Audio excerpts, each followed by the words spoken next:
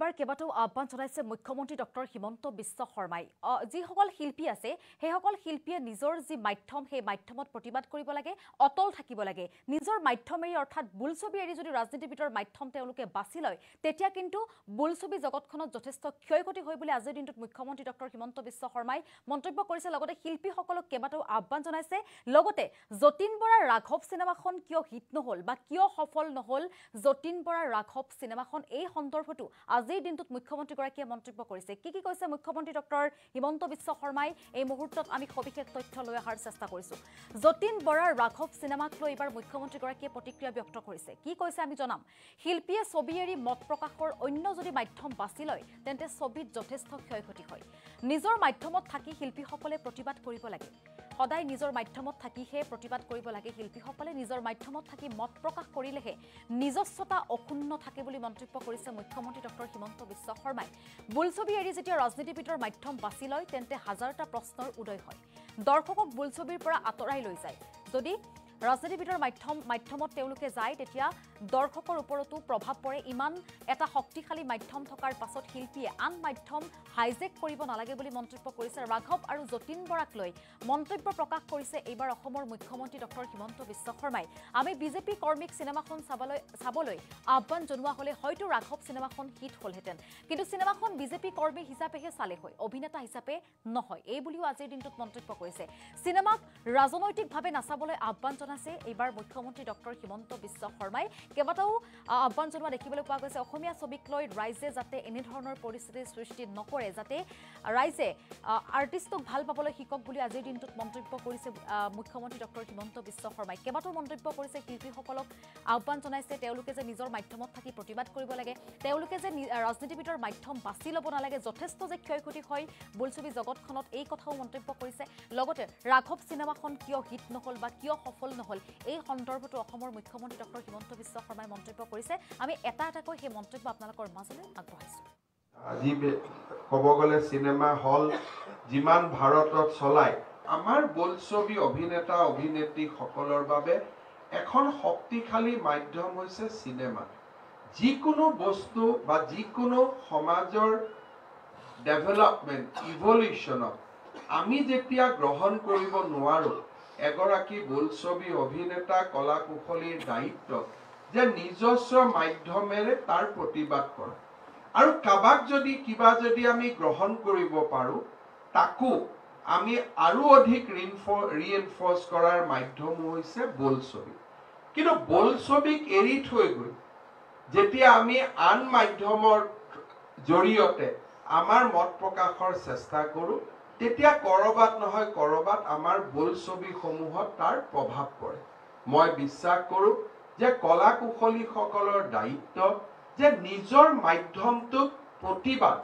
আৰু যদি কৰবাত প্ৰতিবাদ নহয় তাক ৰিএফাৰ্ম এই দুইটাৰ মাধ্যম আমি বোলছবিৰ জৰিয়তে যিমানেই আমি কৰো সিমানেই আমাৰ উদ্যোগটো আগুৱাই যাব কিন্তু যেতিয়া বোলছবিৰ পৰিৱৰ্তে আমি ৰাজনীতিবিদে কৰা মাধ্যম এটাক আঁকোৱালি লওঁ সাংবাদিকে কৰা মাধ্যম এটাক আঁকোৱালি লওঁ তাৰ লগতে হাজাৰটা প্ৰশ্নবোধক চিনৰ উদ্দেশ্য আৰম্ভ হয় আৰু সেই প্ৰশ্নবোধক চিনে বহুতো দৰ্শকক বোলছবিৰ পৰা আঁতৰাই লৈ যায় মই বিশ্বাস কৰো যে আমাৰ হাতত ইমান এটা শক্তিশালী মাধ্যম থকাৰ পিছত আমি আন এটা মাধ্যমক হাইজেক কৰাৰ কোনো প্ৰয়োজনীয়তা নাথাকে আমি আমাৰ মাধ্যমৰ জৰিয়তে আমি আমাৰ মনৰ কথা কোৱাৰ যিমানে আমাৰ চেষ্টা কৰিম আমাৰ মাধ্যমটো আগুৱাই যোৱাত সহায় হয় আমাৰ মাধ্যমটো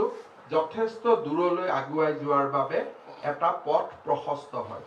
মই বিশ্বাস কৰো যে অসমীয়া সিনেমাত এতিয়া সময় আহিছে আমি আমাৰ সিনেমাৰ কথা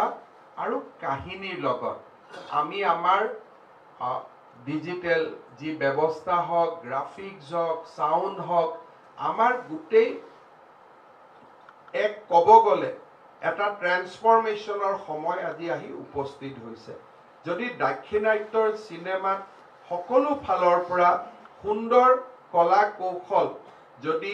ৰিপ্ৰেজেন্ট কৰা হয় আৰু আমাৰ সিনেমাই যদি পৰম্পৰাগত এক প্ৰকাৰ প্ৰদৰ্শনৰ দৃষ্টিভংগী গ্ৰহণ কৰি থাকে তেতিয়াহ'লে সাধাৰণ দৰ্শক এজনক অসমীয়া চিনেমা এখন বুলিয়ে আমি চাব বাধ্য কৰিব নোৱাৰোঁ। বহু কেতিয়াবা আমাৰ প্ৰযোজকসকলে দুখ কৰে যে মই চিনেমাখন ইমান ভাল কৰিলোঁ, অসমীয়া চিনেমা মানুহে নাচালে। কিন্তু আমি যদি চাওঁ 2023 চনত মই কেইদিনমান আগতে আমাৰ যি ক'ব গ'লে চিনেমা হল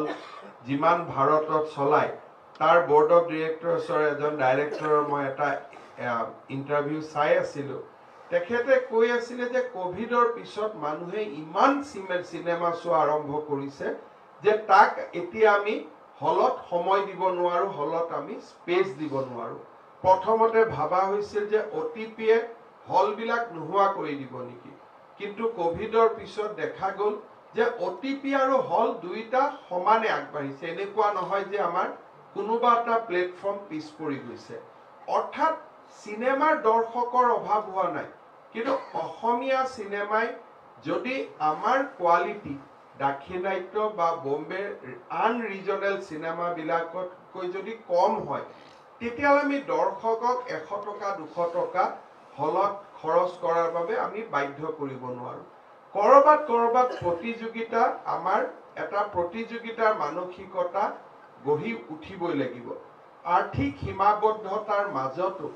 আমি কেনেকৈ সেই প্ৰতিযোগিতাটো কৰিব পাৰোঁ, আমি কেনেকৈ আৰ্থিক সীমাবদ্ধতাৰ মাজতো আমি কেনেকৈ দৰ্শকক আমাৰ হললৈ আনিব পাৰোঁ, তাৰ বাবে মই ভাবোঁ যে নতুন চিন্তাৰ প্ৰয়োজন আছে। চৰকাৰৰ দায়িত্ব আছে, হলৰ সংখ্যা বাঢ়িব লাগে। ভাল ছবিৰ বাবে আমি কৰবাত বিত্তীয় সুবিধা আমি আগবঢ়াই দিব পাৰিলে আমাৰ প্ৰডিউচাৰসকল ইনস্পায়াৰ হ'ব। মই চৰকাৰৰ দায়িত্ব সম্পৰ্কেও সজাগ। মই আশা কৰোঁ যে সময় আগবাঢ়ি যোৱাৰ লগে লগে আন ক্ষেত্ৰসমূহ বিকাশৰ ক্ষেত্ৰত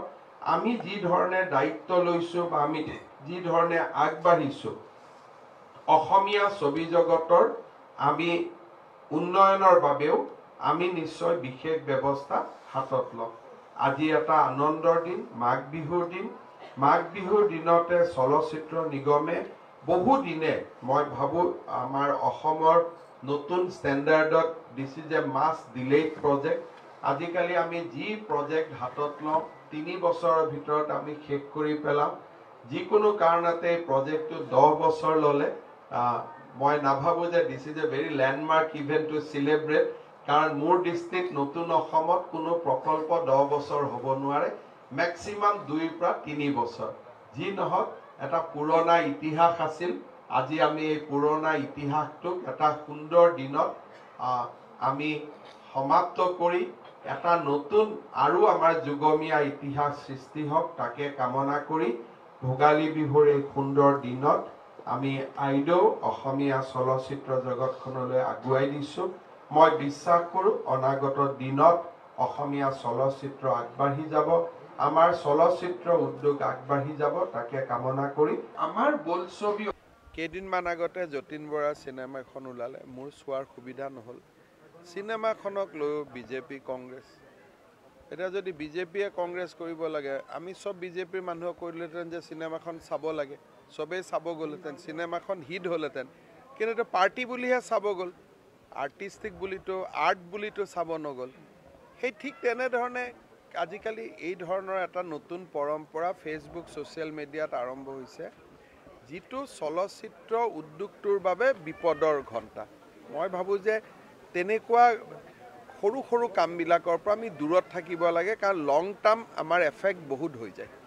কেইদিনমান আগতে যতীন বৰা চিনেমা এখন ওলালে, মোৰ চোৱাৰ সুবিধা নহ'ল। চিনেমাখনক লৈ বিজেপি কংগ্ৰেছ,